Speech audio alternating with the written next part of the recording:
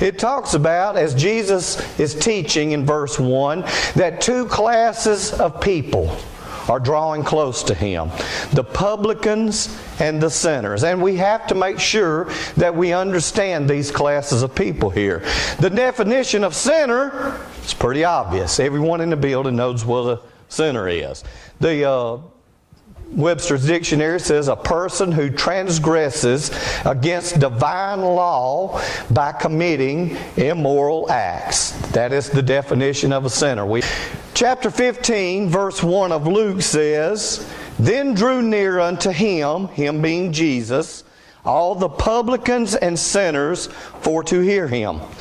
And the Pharisees and the scribes murmured, saying, This man receiveth sinners, and eateth with them. Now today what I'm going to concentrate on is the habitual sinner and the non-believer though. And I may leave off habitual, but that's what I'm meaning. Everywhere where I say sinner, I'm talking about habitual sinner. Everybody understand what habitual? Over and over and over and over. Habitual sinner. We've learned the fact back in Wednesday nights, we concentrated a lot about what a publican is. We all know publicans. We know them today as tax collectors. That's what a publican is. Most of us don't really care for publicans today. So we don't like tax collectors. I got more I could say about that, but I am a man of God, and so I'll keep it to myself. Verse 2, where I read, says the Pharisees and the scribes murmured. So now we've got two more groups of folks that have showed up. The Pharisees and the scribes. Now we've talked about the Pharisees in the back. There again, I'm plugging Wednesday night because we learn a lot, probably a lot more on Wednesday nights than we're learning out here because we're getting asked questions. This is the Pharisees, ruling sect in those ancient times that believed in keeping strict adherence to the Old Testament law of Moses. They believed that salvation comes through good works. They believed in the strict keeping of Jewish tradition as a sign of a right relationship with God. So that's the Pharisees in a nutshell. And then the scribes, it says they're there. They're murmuring. Scribe simply means a professional theologian or copier of the Scripture, and in some cases a Jewish record keeper. So I want you to get in your mind before we move on what's going on.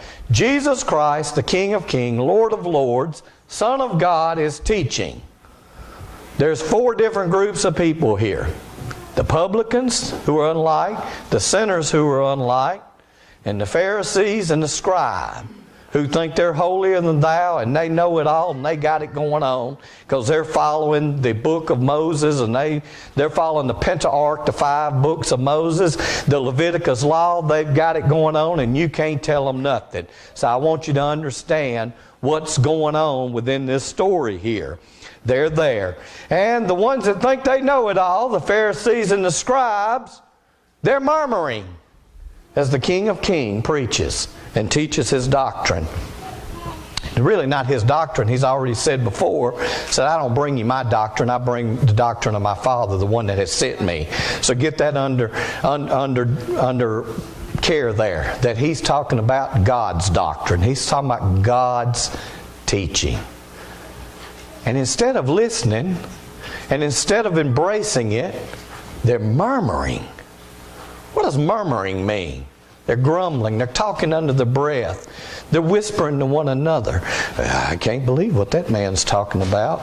And what are they murmuring about?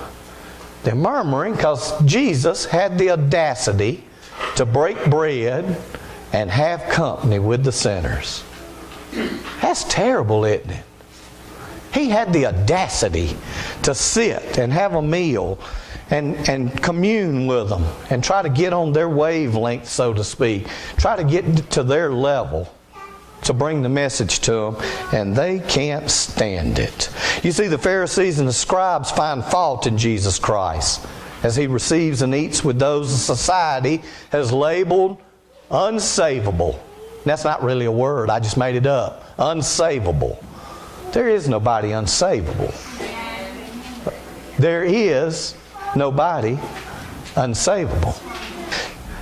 So in verse 4 of Luke 15, Jesus goes on and He says, What man of you, having 100 sheep, if he lose one of them, doth not leave the 99 in the wilderness, and go after that which is lost until he found it?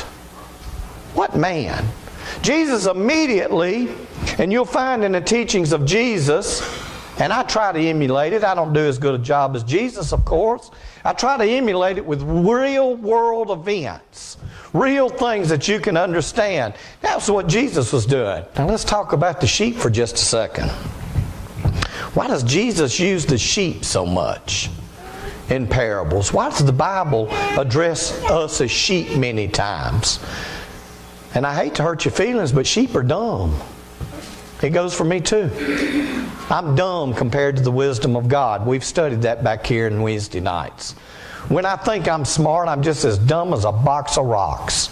And until we accept that, we can't go any further.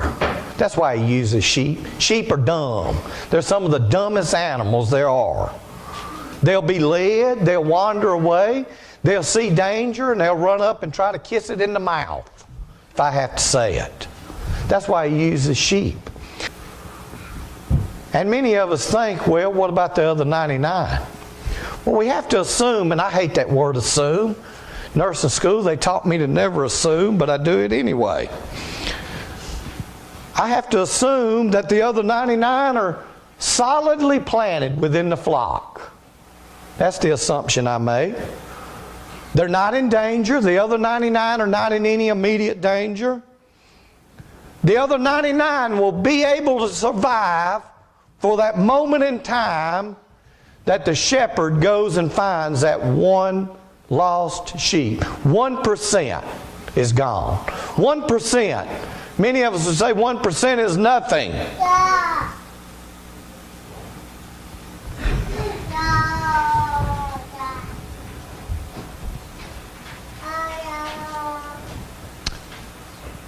I'm glad Jesus thought of this 1%.